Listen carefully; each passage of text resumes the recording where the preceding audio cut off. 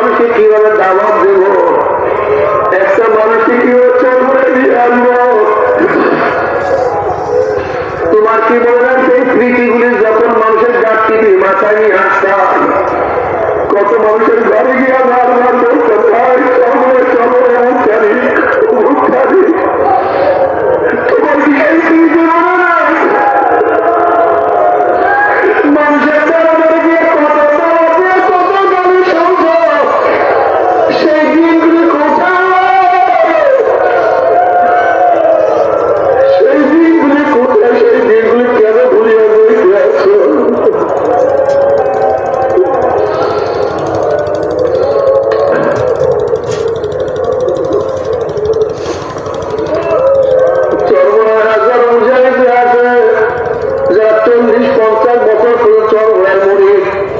কিন্তু 2টা মাসের একটা মাহফিলে তারা বাদ দেয় নাই।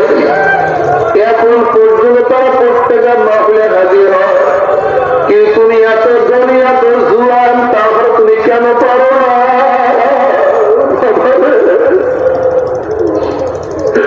এত বছরে দেখেছি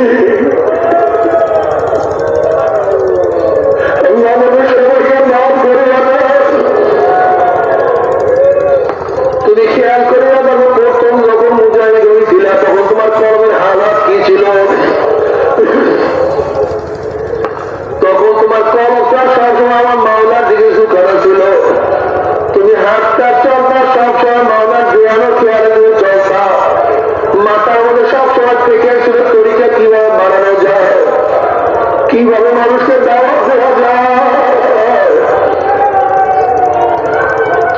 তুমি তো একসময় মহাসরের মাহফিল গুলিতে এক একটা গাড়ি নিয়ে আসিয়া পড়তা, কত মানুষকে দাওয়াত দিয়ে তুমি একা নিয়ে আসতা। এখন কেন তুমি দাওয়াত দাও না? কলকটা নষ্ট হয়ে গেছে, কলকটা পচিয়ে গেছে। অথচ আল্লাহ কালামের পাকের মধ্যে মৃত্যুর আগ পর্যন্ত এবারের মধ্যে মগ্ন থাকতেই হবে।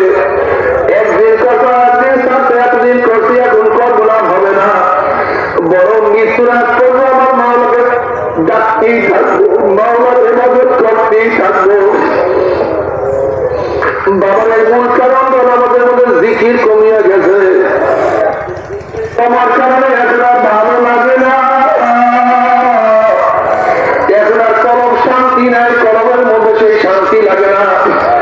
আল্লাহ কারণে তাদের মধ্যে ফরমান আলা বিযিকরিল্লাহি তাতমাইন্নুল কুলুব, কলমটা আসলে জিকিরের মাধ্যমে শান্তি পায়, কলমটা জিকিরের মাধ্যমে মজা পায়।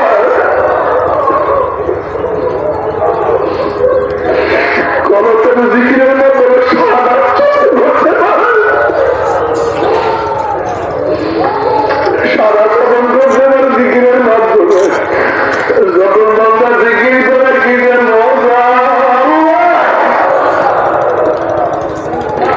সবসময় দেয়ালের মধ্যে থাকিও, খেয়ালের মধ্যে থাকিও। যেরকম কম্পাসের কাঁটা সবসময় উত্তর দিয়ে ফিরিয়ে থাকে, যত ধার কিংবা সবসময় উত্তর দিয়ে ফিরিয়ে থাকে, ঠিক তোমার আমার কলম সবসময় মামলা দিয়ে ফিরিয়ে থাকে।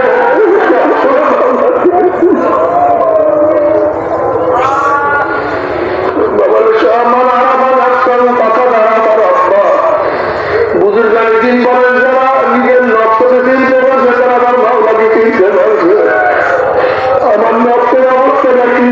এই কাজ আমি কেন করি, এই কথা আমি কেন বলি? এটাকে দিনের জন্য বলবে, দুনিয়ার জন্য বলি? আমি কি তার উপকারের জন্য বলবে, রাগের সাথে বলি?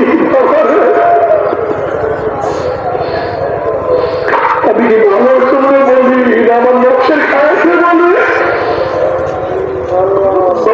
আমার কলকে এত রক্ত,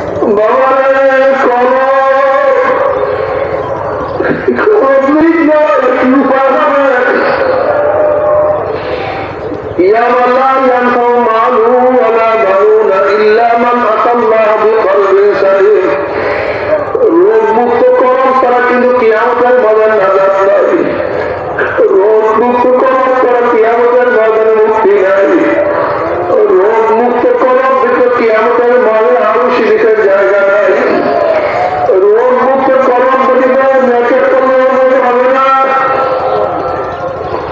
রোগ মুক্ত কলম ব্যতীত পুষরা পারবিয়া জান্নাতে ও যাওয়া যাবে না। তুমি কি দেখেন আল্লাহ রব্বুল কালামে পাকের মধ্যে কি বলেন? وإن منكم إلا واردها كان على ربك حتما مقضيا ثم ننزل الذين اتقوا ونذر الظالمين فيها جثيا। যাদের কবরের মধ্যে মাওলার ভয় আছে সেই ব্যক্তির পুষরাত পারে যাবার মাওলার জান্নাতে চলে যাবে, আর যেই কবরের মধ্যে মাওলার ভয় নাই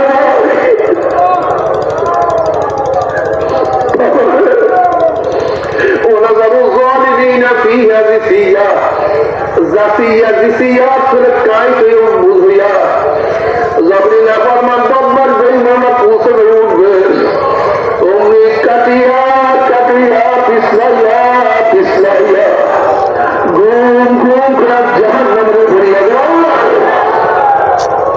আল্লাহ তুমি আমাদের সবাইকে মাফ করিয়া দাও। বাবা তোমার আমার জাহান্নামের কোনো চিন্তা না, কোনো টেনশন নাই। অথচ হাসান রাদিয়াল্লাহু তাআলা ফরমান, এক ব্যক্তিকে 1000 বছর পরে জাহান্নাম থেকে নাজাত দেওয়া হবে, 1000 বছর জাহান্নামে জ্বলবে, 1000 বছর পরে জাহান্নাম থেকে নাজাত দেওয়া হবে। হাসান রাদিয়াল্লাহু ফরমান, 1000 বছর পরে যেই ব্যক্তিকে নাজাত দেওয়া হবে মাওলা সেই ব্যক্তি আমাকে বাবারে দিত।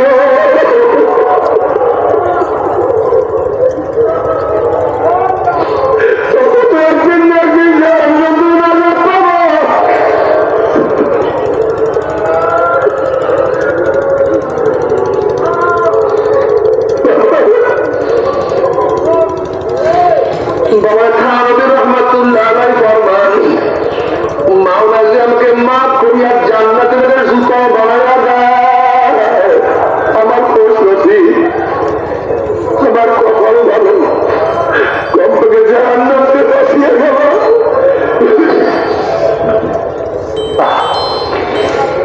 বাবার বাবুল আব্দুল কাদের জিলানী রহমাতুল্লাহ আলাইহি একদিন কাবার সাথে